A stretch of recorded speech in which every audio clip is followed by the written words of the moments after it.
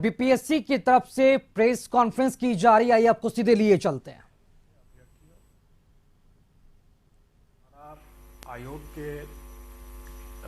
छवि को धूमिल करने का प्रयास किया गया, उन सबों के ऊपर अब कार्रवाई का भी स्टेज आ गया है। और उसमें जिन लोगों ने टीआरई 1 में बेबुनियाद या गलत तरह से अपनी शिकायत दर्ज कराया है, उनको भी जैसी उनकी स्थिति थी उनको भी शो कॉज किया गया है और अब उनके ऊपर भी कार्रवाई का स्टेज आ गया है। और आयोग ने यह निर्णय ले लिया है कि हम वैसे अभ्यर्थी जो कि दोषी पाए जाते हैं उनके दोष के अनुपात में उन्हें 1 साल से लेकर के 5 साल तक के लिए डिबार किया जाएगा। और दूसरी बात कि जो एग्जाम देने से सब आयोग की सभी एग्जाम में, आप प्रश्न बाद में पूछ लें, आयोग की सभी एग्जाम्स में वो डिबार होंगे 1 से लेकर 5 वर्ष है। उनके आचरण, उनके कृत्य के अनुपात में, उनके दोष के अनुपात में यह निर्णय लिया गया है। दूसरी बात कि जो लोग कदाचार करते हुए परीक्षा में पाए गए हैं, उन लोगों के वो हम लोग जो मुन्ना भाई जैसे इसको कर रहे हैं लोग, उन लोगों को आजीवन के लिए इसमें डिबार किया जा रहा है। और भविष्य में भी जो भी टीआरई 2 की परीक्षा में भी जो कदाचार करते हुए पकड़े गए हैं, उसमें दोनों को ही, जो मुन्ना भाई जो इम्पर्सनेशन जो किए हैं वो तो अभ्यर्थी शायद नहीं है, इसलिए वो उनको अगर आजीवन हम लोग अगर डिबार कर, हम लोगों ने 67 का जो फाइनल रिजल्ट बनाया उसको हम लोगों ने सॉफ्टवेयर डेवलप करके बनाया। उसके पहले हम लोग जो भी कंबाइंड सिविल सर्विसेज का जो फाइनल रिजल्ट बनाते थे, उसमें जो अलग अलग जॉब्स का जो ऑप्शन लोग देते थे, उसको बैठाने के लिए हम लोगों को कम से कम 15 दिन लगता था मैनुअली करने में, 15 दिन से 1 महीना लगता था। क्योंकि हम लोगों ने सॉफ्टवेयर से किया और सॉफ्टवेयर डेवलपमेंट करने में थोड़ा टाइम लगता है, वो अलग बात है, लेकिन सॉफ्टवेयर को उस आंकड़ों को प्रोसेस करने में भी 30 से 45 मिनट लगता है। और कौन से आंकड़े हैं उसके जो हम लोगों ने 67 में चला करके सॉफ्टवेयर को देखा, तो कौन से आंकड़े थे? नंबर ऑफ कैंडिडेट्स लगभग 2000, वैकेंसीज 802, रिजर्वेशन के जितने वैरायटी हैं उसके हिसाब से 16 तरह के होते हैं मामले, जॉब ऑप्शंस करीब 29 से 30 था। और इसको कंप्यूटर के सॉफ्टवेयर से प्रोसेस करने में 30 मिनट लगा, 30 से 45 मिनट लगा। इसी चीज को अगर हम अब टीआरई में लागू करने की बात अगर करें, क्योंकि मैनुअली तो खैर करना इस जन्म में तो नहीं संभव होगा किसी के लिए, लेकिन आप कंप्यूटर से भी अगर इसको इसी चीज को आंकड़े को अगर देखेंगे तो जहां 2000 की वैकेंसीज थी, कैंडिडेट्स थे, वहां 6 लाख से अधिक कैंडिडेट्स हो जाते। जहां 800 की वैकेंसीज थी, वहां 1.2 लाख की वैकेंसीज हो जाती है। जहां रिजर्वेशन का तो खैर दोनों में 16 है। जॉब ऑप्शंस में वहां पर 29 या 30 जॉब ऑप्शंस थे, यहां पर 5 लेवल्स हैं। 5 लेवल इसलिए हैं कि 1 से लेकर के 12 तक में 4 लेवल प्लस हेडमास्टर के 1 लेवल और आ गया, 5 लेवल। लेकिन यहाँ पर जॉब ऑप्शंस कम होने के बावजूद, क्योंकि इसको कहते हैं साइंस में, अगर मैथमेटिक्स में डिग्री ऑफ फ्रीडम, तो डिग्री ऑफ फ्रीडम जो सिविल सर्विसेज में जो थे वो सिर्फ एक था, जॉब्स का खाली करना था। यहाँ पर जॉब्स के साथ साथ आपको ऑप्शंस देना है डिपार्टमेंट का, आपको ऑप्शंस देना है डिस्ट्रिक्ट। आपको ये नहीं भूलना चाहिए कि ये डिस्ट्रिक्ट वाइज शिक्षा विभाग के जो वैकेंसीज है उसका कार्डर जो है वो डिस्ट्रिक्ट है। तो ये डिग्री ऑफ जो फ्रीडम जो हुआ सिविल सर्विसेज के मामले में, एक डिग्री ऑफ फ्रीडम अगर हम मान के चल सकते हैं, जॉब का खाली उसमें देखना होता है, इसमें 3 डिग्री ऑफ फ्रीडम है।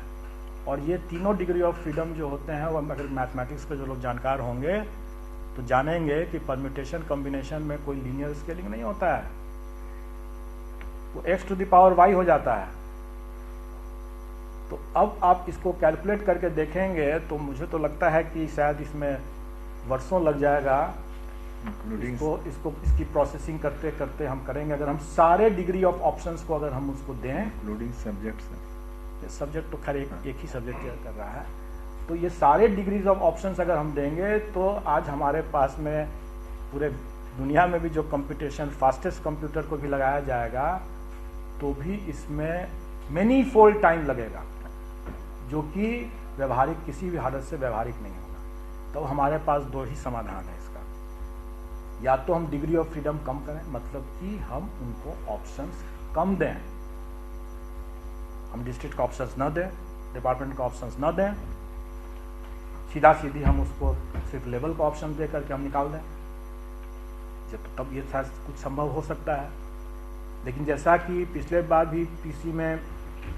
आप ही लोगों में से ने कहा था और मैंने देखा भी बाद में कि कई कैंडिडेट्स जो TRE 1 में सिलेक्शन जिनका हो चुका है वो TRE 2 में सिर्फ इसलिए एग्जाम दे रहे हैं क्योंकि उनको जिला गलत मिल गया या अपने पसंद का जिला नहीं मिला। तो इसका मतलब है कि ये डिग्री ऑफ फ्रीडम जो था, जो ऑप्शन जो था जिला का, इसको हम नकार नहीं सकते, हमको उसको देना ही देना है। और वो अपना मेरिटोरियस कैंडिडेट अपना उसके पास अगर हम ऑप्शन डिनाई करते हैं इसलिए कि उससे कम मेरिट वाले लोगों को हम बेनिफिट दें, तो ये उनके लिए अन्याय होगा। इसलिए इसका सबसे सरल तरीका वही तरीका है कि मल्टीपल रिजल्ट्स दें, और मल्टीपल रिजल्ट्स देने के बाद वो अपना विवेक अपना इस्तेमाल करे, अपना इंडिविजुअल, और जब उसके बाद जब जो सीट बचता है वो सीट अपने संबंधित विभाग अपने नीति के अनुरूप वो अगर आयोग को अगर देती है तो आयोग सप्लीमेंट्री रिजल्ट देगा, अगर आयोग को नहीं देती है तो नहीं सप्लीमेंट्री रिजल्ट दिया जाएगा। तो ये चीज कैंडिडेट्स पर और संबंधित विभाग के ऊपर होगा, निर्भर करेगा कि उसको किस तरीके से लिया जाए। जहाँ तक हमारे आयोग की बात है,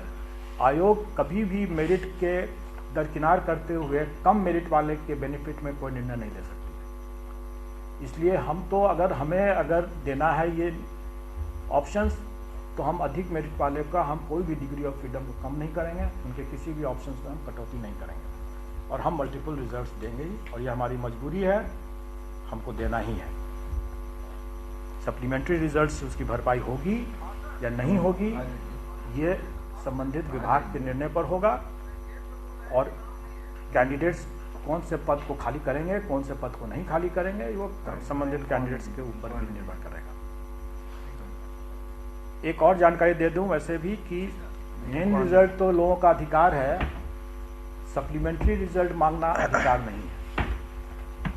और बिहार सरकार में वेटिंग लिस्ट का तो खैर कोई प्रावधान ही नहीं।